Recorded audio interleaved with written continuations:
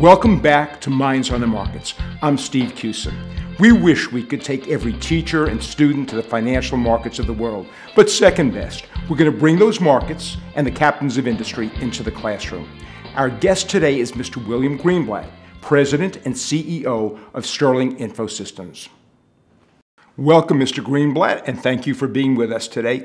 Let's begin by your telling us a little bit about yourself. What's your background and how did you get started in the business? I got started in the business world when I was a kid.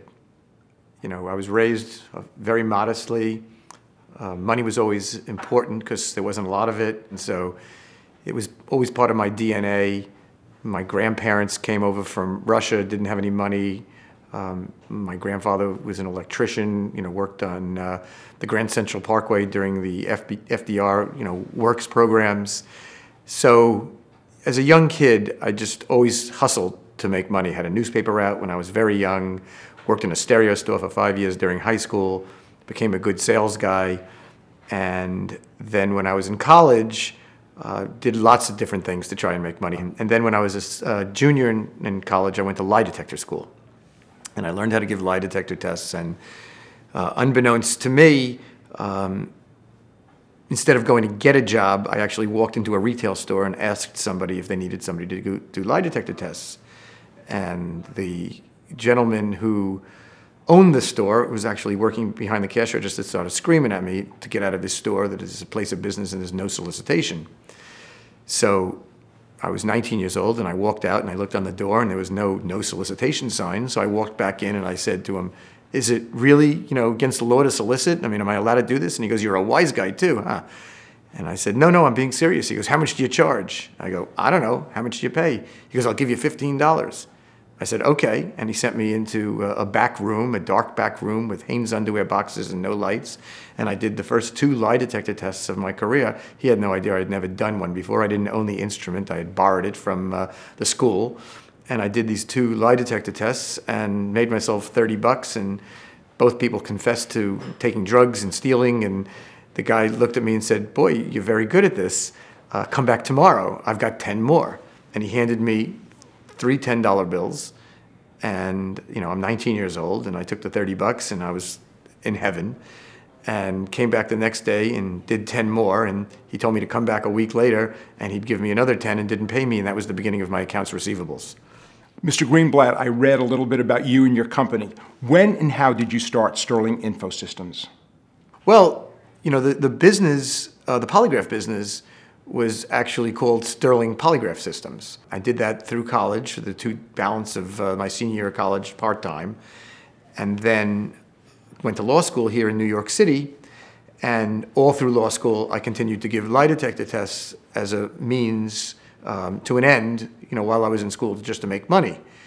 And at the end of my first year of law school, I landed a very large retailer, electronics retailer called The Wiz. And they were growing like crazy. They had 1 store at the time. They were opening up their 2nd store in Brooklyn. I became his lie detector guy. And by the time I finished law school, 2 years after that, I had 3 employees, and we were on our way. How have things changed so that the services which you provide are needed?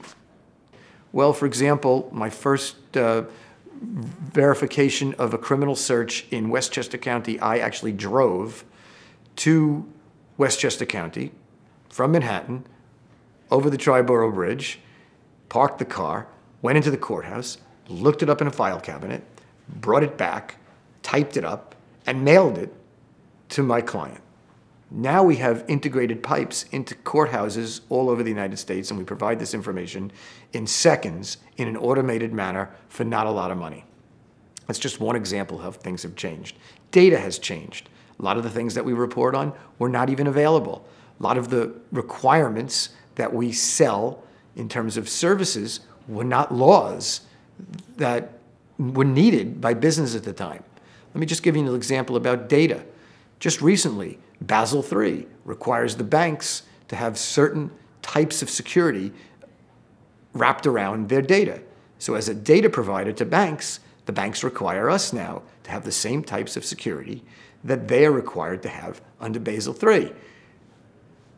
There was no such thing as Basel III, even as recently as 4 years ago.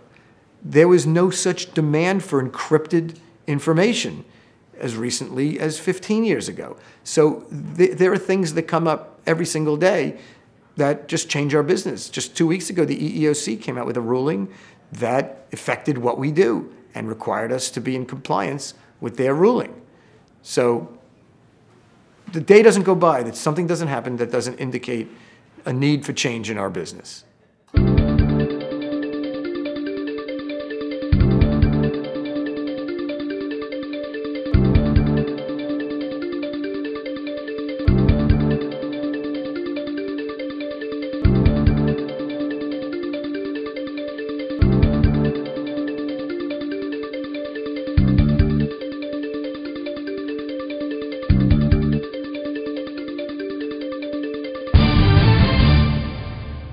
Now, you have to remember, I'm an English major. Reference is made to corporate due diligence. Could you explain what that term means to our students? Certainly, and I'll take a great pride in answering this because I'm also an English major. So you can do anything in your life regardless of the education you get. So corporate due diligence. When businesses buy other businesses, they need to know everything they possibly can about the company that they're acquiring. They need to know everything about the employees they are acquiring. They need to know everything about the management team that they're acquiring. That's an example of corporate due diligence. When a municipality hires a contractor to build a building, they need to know everything about that builder. They need to know the requisite licensing that that builder has. They need to know the credit history and the payment history of that builder. They need to know the skill set of that builder. They need to know the performance record of that builder. That's an example of corporate due diligence. When companies, investment firms, make investments in other businesses, hedge funds, they need to know everything they can possibly know about the companies that they're investing in. That's another example of corporate due diligence. The need for corporate due diligence is on the rise and will never end. That's something that will be of paramount importance in perpetuity.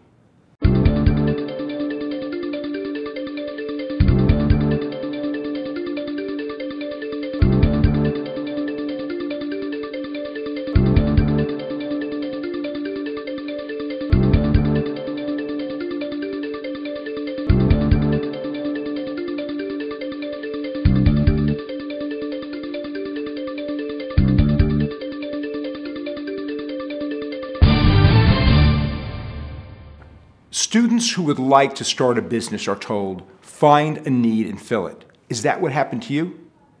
Absolutely not. I had no idea there was a need for this. I had no idea that there was a market for this. Quite frankly, there really wasn't a market, and it was a very small need. Within 10 years of doing what I initially set out to do, the federal government outlawed lie detector testing. So no, I put no thought into it. I had no idea. I was totally off base with my original business plan, and I would not recommend that line of thinking for an individual. What I would say is do what you love. If you do what you love, you never go to work a day in your life. This office here that we're filming in is like my treehouse. I love business. I'm a business junkie. I could sell T-shirts, I could sell buttons, I could be in the manufacturing of eyeglasses. It wouldn't matter to me. I love business. I love the deal. I love hiring people. I love, creating better margins. I love mergers and acquisitions. I love doing leases. I love renting space. To me, it's all about the thrill of the business process. So that's what I love. So you can love anything if you love business. Now, if you don't love business but you love something, do what you love. Because if you don't do what you love, work will be a drudgery. You can't be successful long-term in business unless you're in love with what you do.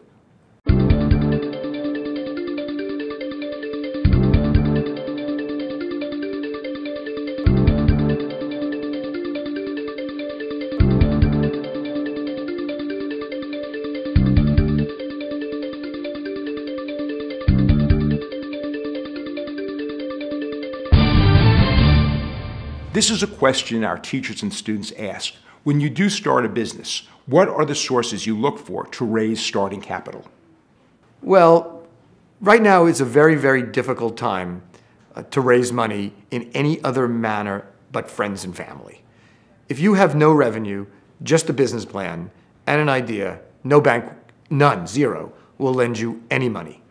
Perhaps the government has some, loan programs for startups. I've never, done that, so I don't really know much about it. But private finance is the best way to raise money to start a business today. We run our business. We employ 2,200 people. We have offices all over the world and all over the country. We still run our business today like we're running it on a shoestring. Every check I still sign. Every allocation of dollars goes through governance. We make sure that we spend all our money wisely. No matter how large you get, you can't lose sight of the fact that every decision is important. Every nickel you spend has to be meaningful. There can't be any waste. I live my life that way. I run the business that way. And that's what I highly recommend to anybody who starts a business.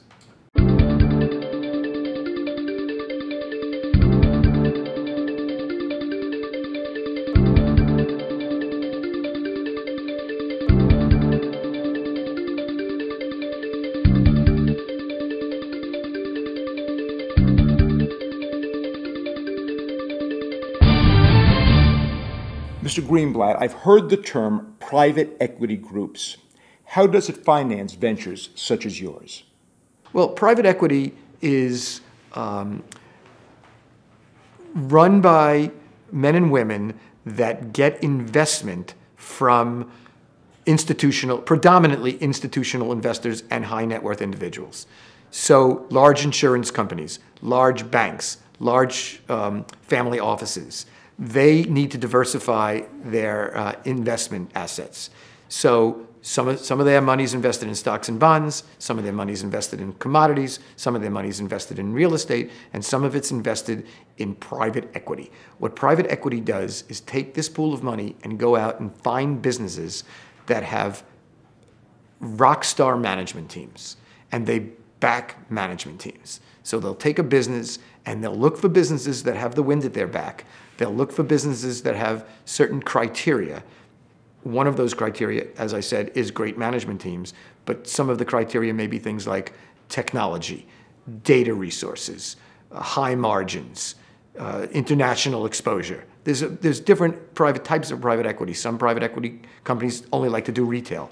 Other private equity firms, like in Silicon Valley, only want to do early stage startups of technology companies. Others want to do only more mature businesses. Others only want to do very large businesses that they can take public at a later date. So there's various types of private equity.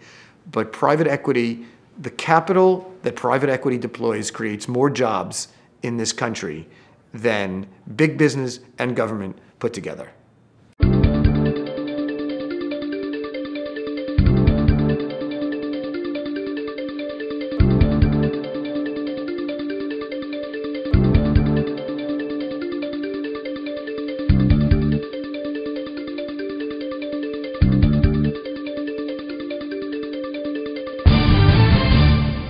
Sterling is a private company. Have you ever thought about going public? And what are the advantages and disadvantages of going public versus remaining private? Well, in this day and age, there are very few advantages to being public. Being public with all the restrictions that the government wraps around the business process makes it really almost impossible to be a public company. Today, we would have to spend in excess of $2 million, potentially close to $5 million a year, just to comply with the regulations of Sarbanes-Oxley.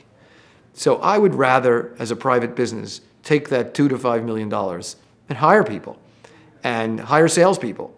If you take $2 million at $50,000 a pop, I can hire a lot of salespeople, and with that money, we'll get more customers. With more customers, we get more work. With more work, we need more people. So the requirements of Sarbanes-Oxley are really a hindrance to job creation in this country. Now, I understand the need for Sarbanes-Oxley. And a lot of the things in the law are very good because there are abuses. And business left to its own volition will, like anything else, 80% of them will do it right, but 20% of them will do it wrong. And that's true of life. 20% of the people in the world ruin everything for the balance of us. But I see, other than using a currency to be acquisitive, I see no redeeming factor in being a public company.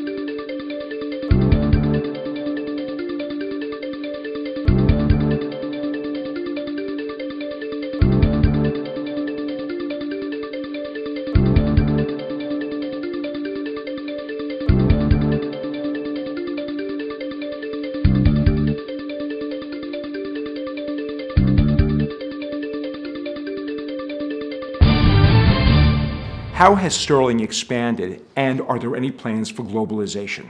Great question. Well, Sterling has always expanded. We've been in business, this is going on our 36th year, and we have grown every month, every quarter, every year that we've been in business. The 1 year after the financial implosion, our revenue receded a little bit, but we made more money each month, each quarter during the course of that year than we had prior to that. So we're always expanding. We have this philosophy, grow or die.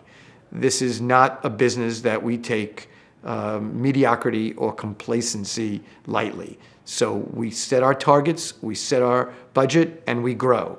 If it means we have to invest more money to hire more salespeople, we do. If it means we have to build products to create new, what I call rivers of cash, we do. If it means we have to become acquisitive to grow at a pace that we want to grow at, we become acquisitive. In the last 36 months, we've made 6 acquisitions. We will continue to hire more salespeople year in and year out. We will continue to build more products, and we will continue to acquire more companies. We have been a global company, and we are expanding our global reach. About a month and a half ago, we acquired the largest business in Canada. We now have a 60% market share in Canada. So we have offices in Montreal and Vancouver. With that acquisition, we acquired an office in Wales and in Manila. We have offices in London, Kuala Lumpur, Manila, and in India, in Mumbai, as well as sales offices and businesses throughout the United States.